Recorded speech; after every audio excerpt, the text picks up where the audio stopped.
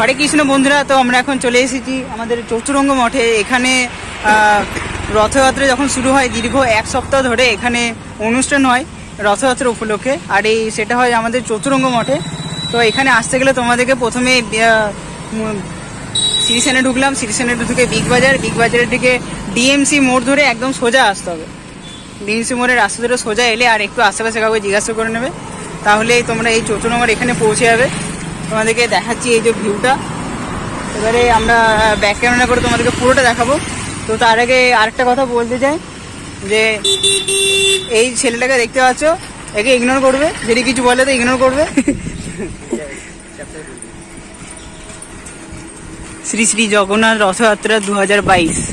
তো আমরা এখন ফাইনালি চলে এসেছি চতুরঙ্গ।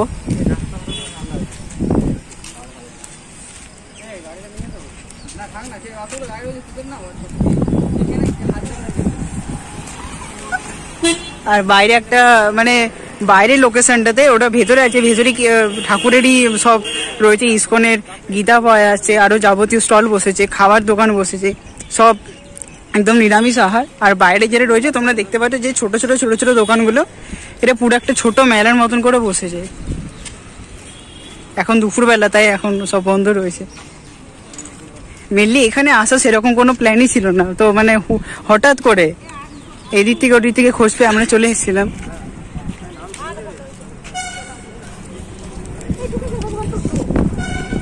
এই আমাদের দুর্গাপুর ইস্কনে যে রথটা, সেই রথটা এখানে এনে রাখা রয়েছে।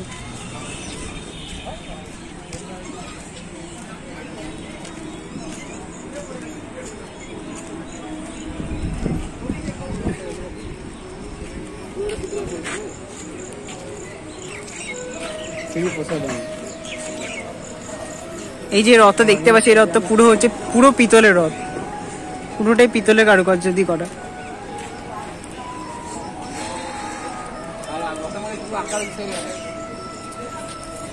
নানা রকম দেবদেবীর মূর্তি আঁকা আছে।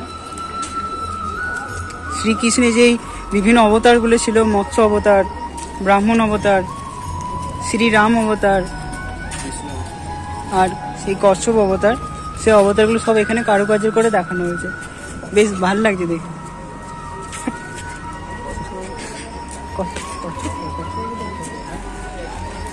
পুরো নামটা আমার মনে নেই ঠিক আছে।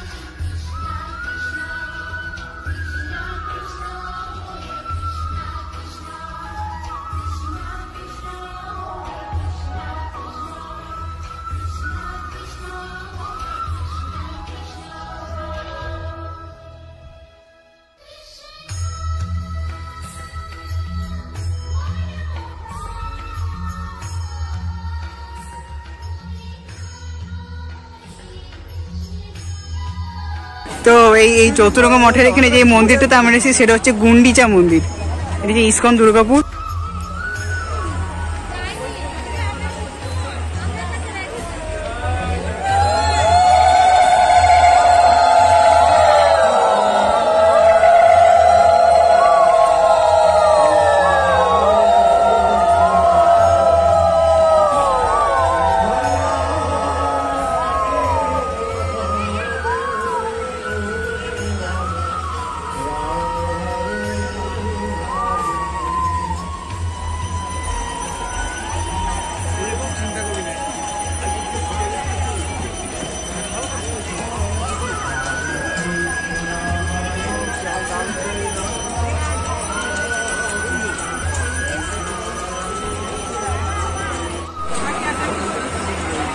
ফাইনালি এখন আমরা টোকনটা পেলাম, দাদার কাছে একটা চেনা পরিচয় দাদা ছিল। টোকনটা নিয়ে পরে এইটা প্রসাদ একবারে দিতে হচ্ছে। প্রসাদটা দেখি দেখি কি আছে দেখি। খুব জোর খিদে পেয়ে গেছে, তো এখন খেয়ে নিই পরে কথা বলছি। হ্যাঁ বাই।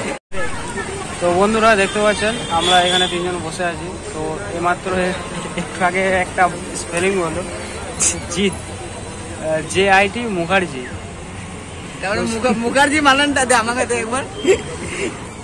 তো বন্ধুরা আমরা এখন চতুরঙ্গ থেকে বেরিয়ে চিত্তালয় মেলার দিকে এগিয়ে যাব। আর এখানে থাকলাম, বেশ ভালো লাগলো। খাওয়ান দাওয়ানো হলো একদম সুস্বাদু। এই ইস্কনে যে খাবারটা, সেই খাবারটা আমরা ফ্রিতে খেতে পেলাম। যাই হোক, একটু সোর্স মোর্স আছে এর বেসিক্যালি, তো সেই থ্রু হয়ে গেল। সাহিত্য বলে আমাদের একজন আছে ক্যামেরাম্যান, তো তার থ্রুতে আজকে খাওয়াটা হয়ে গেল। এরপরে আমরা এখন চতুরঙ্গ যাব। তো এসব মাঝখানে একটা ঘটনা ঘটলো, তোমাদেরকে বলছি। আমি বলছি যে মানে একটা কোল্ড ড্রিঙ্কস কিনলাম, অনলাইনে পে করলাম, ঠিক আছে। নিয়ে পরে সোমেনকে বলে যে পেটা করে দে।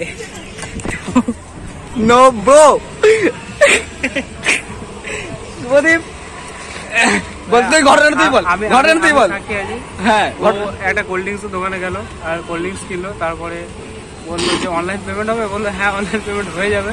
তো ওর নাম্বারটা দিল, নাম শো করে, একটা নাম অনলাইন পেমেন্ট নাম্বারটা লেখার পর একটা নাম শো করে। তো নামটা ছিল জিৎ মুখার্জি। ও স্পেলিংটা পড়তে পারেনি, তো JIT মুখার্জি এরকম কিছু একটা। মুখার্জি মানানটা পড়ে নিয়েছে, আর JIT আমরা শোনার পর মানে একটু অত্যাধুনিক, একটু অন্যরকম ভাবে বলার চেষ্টা করেছি। সেটা এটা খারাপ ভাবে নিয়ে নিচ্ছে, এটা তো কিছু করার নেই। আর মানুষ মাত্র তো ভুল হয়, তাই না? তো এভাবে চললে তো ওর নাম তাহলে SUBU সাহা। তার মানে এত মুখার্জি টাইটেলটা ও পড়ে নিল, কিন্তু জিৎ বানানটা বলছে JIT মুখার্জি। ইগনোর করুন এদেরকে, এরা মিথ্যা বলছে, জানো না, ঠিক আছে? তার মানে উল্টোপাল্টা কথা বলতে গেলে আমি এত কথা বলতে না, উল্টোপাল্টা বলছে এখানে। যে কতদূর পড়াশোনা বলতে, পড়াশোনা কথা কলেজের নাম বল।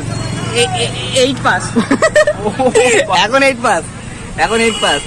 আরে 8 পাস ছেলেটা JIT জিৎ বানানটা বুঝতে পারবে না। ফেল করেছিলাম 6 পাস। তার মানে 8 ফেল করেছিল, 6 পাস, 7 মধ্যে 7 হয়, পালাস মধ্যে 7 হয়, সেটা জানো না? 8 পাস।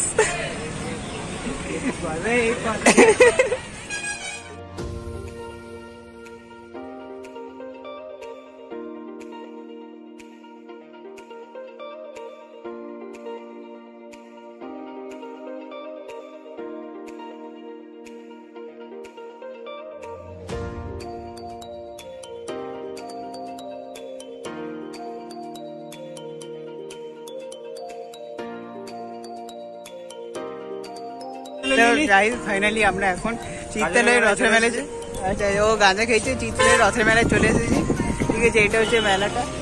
তো এখান থেকে গিয়ে আপনাদেরকে পুরো ভিউটা ঘুরে ঘুরে দেখাবো, দেখতে থাকুন, ঠিক আছে। আর বেশি কিছু বলবো না, এবারে যাওয়া যাক।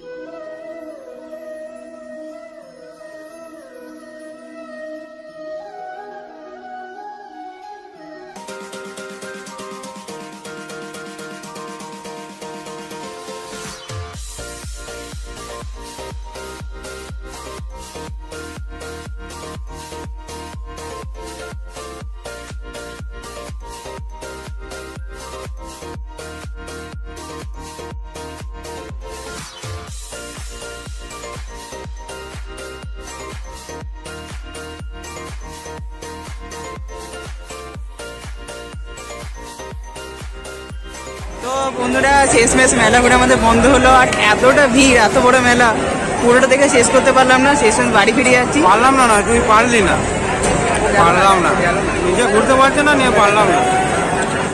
গজব বেইজ্জতি। ঠিক আছে, চলো টাটা বাই বাই, দেখা হচ্ছে নেক্সট ব্লগে।